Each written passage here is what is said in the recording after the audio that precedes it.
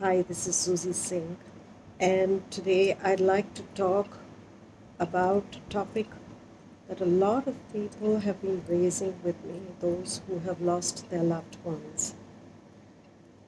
They all want to establish contact with the soul of their beloved or dear departed.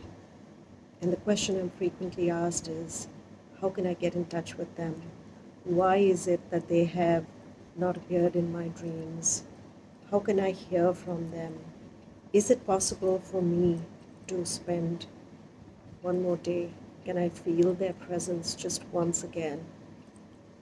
And of course, it can be heartbreaking to hear these things. But an important question that we need to contemplate upon is this need to contact the spirit of your dear deceased. It comes from this feeling of complete lack of belief that the person has left permanently. The fact that you will never ever meet your beloved again is very hard to come to terms with. And yet, clinging on to that desire is only going to make it harder for you. When you're struggling with the absence of loss, when you're dealing with the void, it's important to examine what is the quality of the attachment that you have with the person who is no more. And there are two kinds of attachment. One is where you feel that it was untimely. There may be a feeling of being betrayed कि तुमने तो वादा किया था हमेशा मेरा ध्यान रखोगे, मेरे साथ रहोगे, तुम इतनी जल्दी कैसे चले गए, मुझे छोड़ के कैसे चले गए. And this kind of lamenting, there may be blaming that, you left me alone, I'm helpless, I don't know how to get on with my life, which is accompanied with the why me question. Other people survived. Why didn't you? Why couldn't you make it through? Or there may be some clinging and clutching.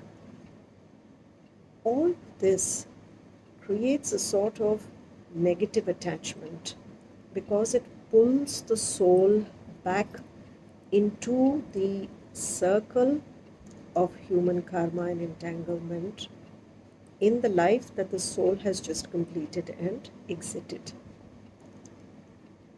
In sharp contrast is what I'd like to see as positive attachment.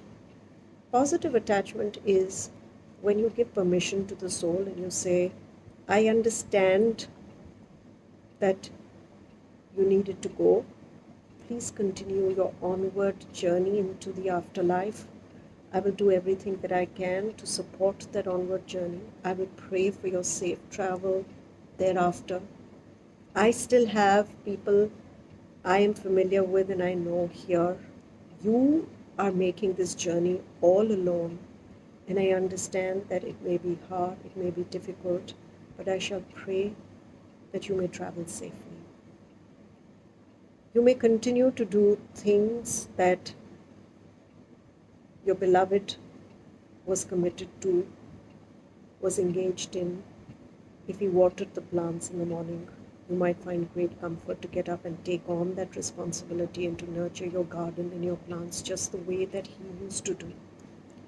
You may like to have conversations with them as though they are still in their embodied form. You may like to touch and feel their clothes or their belongings, like the pen they would use or the watch they would wear.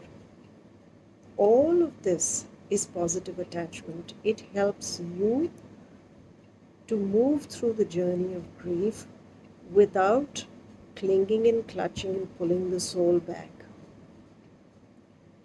It is not a great idea to contact the soul of the dear departed in the initial phase when the soul is trying to make that journey into the afterlife. It is very difficult for the soul to break its attachment to not worry about the people it loved in the life that it has just left, to not be concerned about their well-being and welfare. And sometimes that attachment can be very, very deep and difficult for the departed soul also. And you only make it harder if you're clinging and clutching and pulling them back.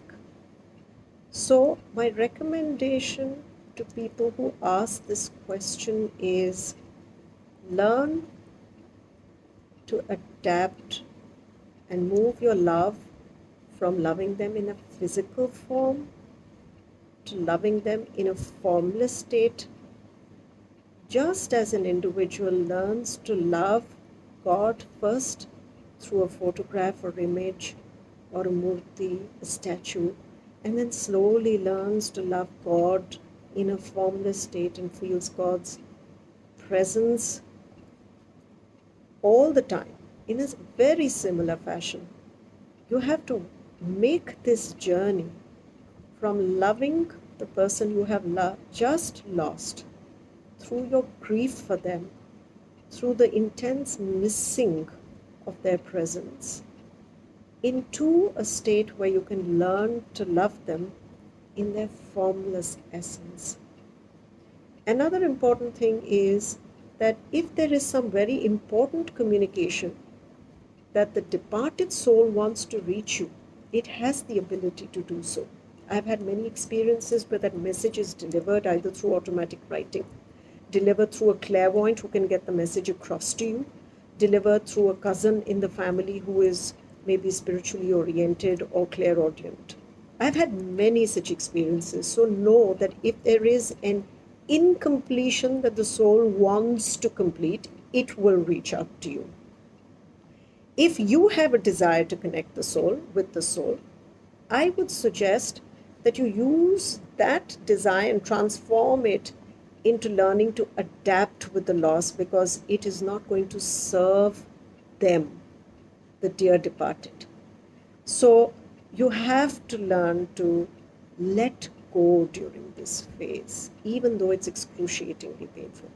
And the process of letting go involves grief rituals, the letter writing, the doing the things that they loved, the listening to the music they enjoyed, and operating with what I call grief on demand. Grief on demand is actively moving close to the pain of grief instead of just trying to escape it or avoid it or waiting for the grief wave to hit you.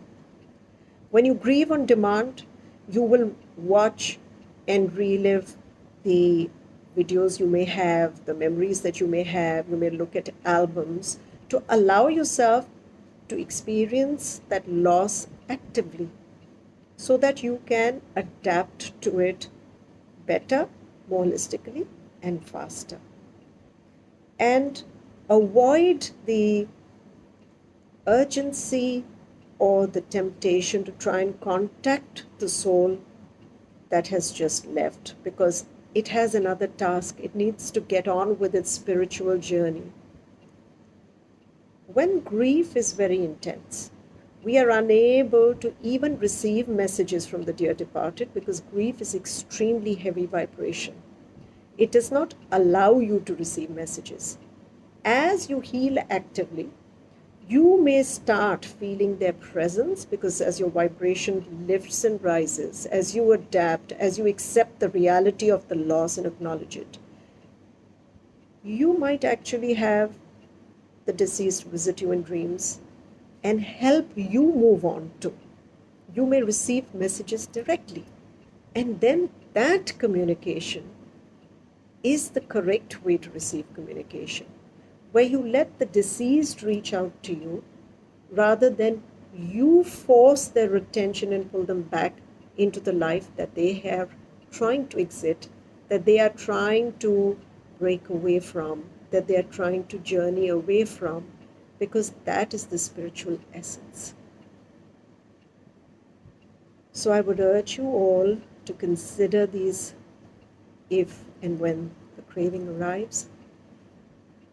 And if you feel very intensely, perhaps you can invite them into your dream state, and you can put the message out to the universe, to their soul essence before you go to sleep, to seek support with regard to any questions.